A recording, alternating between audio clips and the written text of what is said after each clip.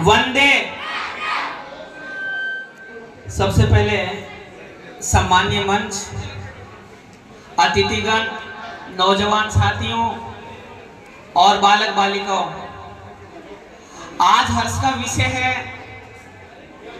आज जो स्वतंत्रता दिवस बड़े हर्षोल्लास के साथ में मनाया जा रहा है, लेकिन ये जो आज़ादी हमारे को मिली, ये आज़ादी एक दिन का प्रयास नहीं था। ये आज़ादी चंद लोगों का योगदान नहीं था।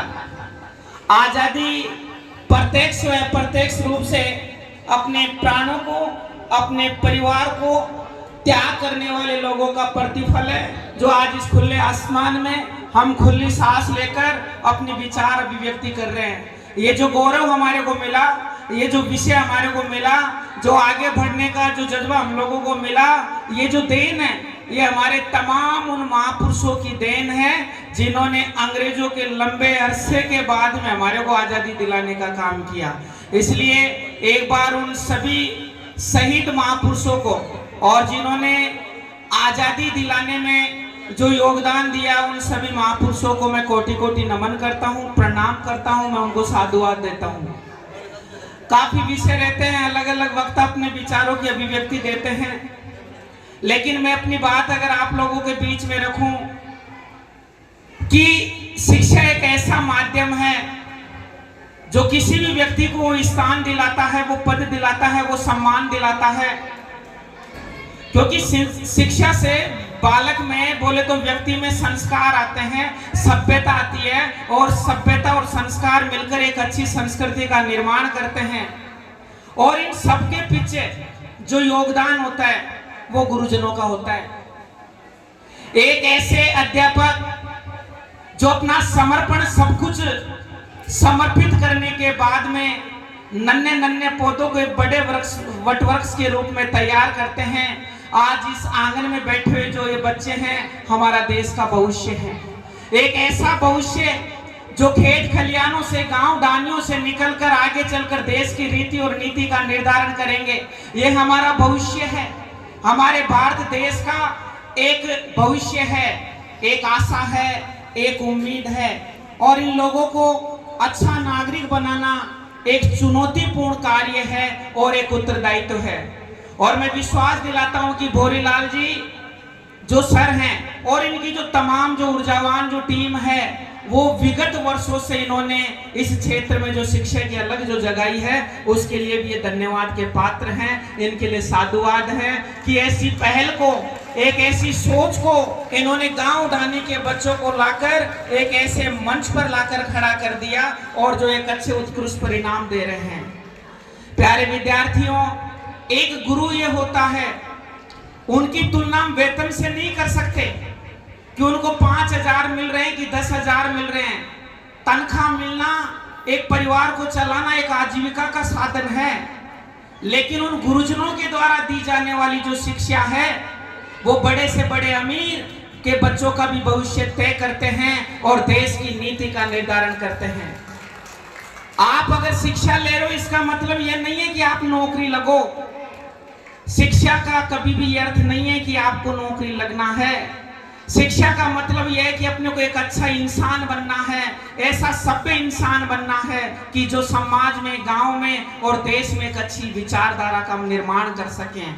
अगर हम अच्छी शिक्षा देंगे, मानव को मानव समझेंगे, अगर मानव मानव में अंतर नहीं होगा और सत्य असत्य में अंतर करना हमने सिखाया, न्याय और अन्याय का अंतर करना हमने सिखाया, ऊंच नीच का अंतर जो है उसको समझने की हमने कोशिश की, उस दिन शिक्षा लेना हमारा सार्थक है।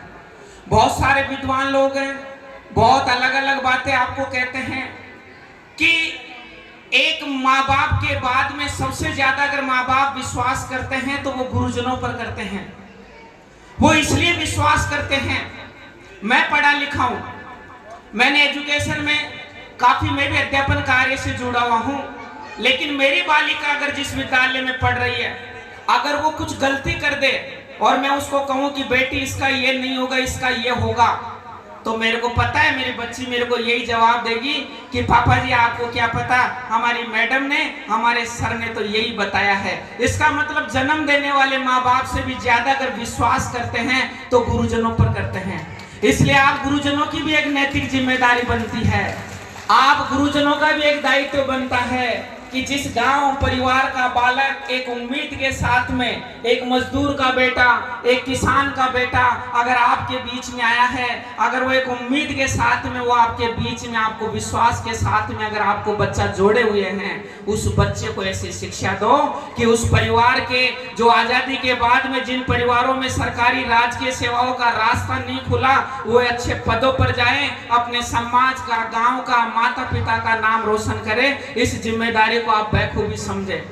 बातें बहुत सारी हम करते रहते हैं, लेकिन आज देश को आवश्यकता है ऐसी भौगोलिक स्थितियों के बीच में भी अगर हमारे को संजोना है तो सामाजिक मूल्यों में वृद्धि करना है, नैतिक मूल्यों में वृद्धि करना है। अरे पढ़े लिखे और डिग्रीधारी तो हम बहुत हो गए, लेकिन हर समाज में आज भी अगर कमी है तो गिरते हुए नैतिक मूल्य हैं, गिरते हुए सामाजिक मूल्य हैं। बड़ों का सम्मान करना अगर हमने सीखा, घर में माँ बाप है उनका सम्मान करना अगर हमने सीखा, और सबको साथ लेकर अगर चलने की हम लोगों की भावना है, तो हमसे अच्छा पढ़ा लिखा व्यक्ति नहीं है। अगर हम डिग्री पाकर भी एक दूसरे से झगड़ा कर रहे हैं, राष्ट्र विरोधी गतिविधियां कर रहे हैं, एक दूसरों की आस्थाओं को, भावनाओं को ठेस पहुंचा रहे हैं, तो मेरे को नहीं लगता कि हमारा पढ़ा लिखना व्यर्थ है। उससे अच्छा तो जिन्होंने स्कूल के कभी दरवाजे नहीं देखे, जिन्होंने कभी स्कूल में जाकर कभी किताब तक नहीं ली, लेकिन हमारे जो पूर्वज जिन्होंने पढ़ाई नहीं की, लेकिन जो उनका व्यवहारिक जो ज्ञान है वो सम्मानीय, आदरणीय है। इसलिए मैं कहूंगा कि युवा बदलते हैं तो सारे परिणाम बदल जाते हैं, सारे मंजर, सारे अंजाम बदल जाते हैं। अरे युवा बदलते हैं तो सारे परिणाम बदल जाते हैं, सारे मंजर, सारे अंजाम बदल जाते हैं। और कौन कहता है कि भगत सिंह पैदा नहीं होते? अरे पैदा तो वो होते हैं, लेकिन सिर्फ उनका नाम बदल जाता है। एपीजे अब्दुल कलाम साहब जो थे, इतने गरीब परिवार से थे, अपनी बहन के गहने बेचकर वो पढ़ाई के लिए गए। जब उन्होंने जो सोचा, वो रिजल्ट जब उनको नहीं मिलता है तो आत्महत्या करने के लिए तैयार हो जाते हैं। एक गुरु से उनका संपर्क होता है और आगे चलकर वो देश के मिसाइल मैन बनते हैं।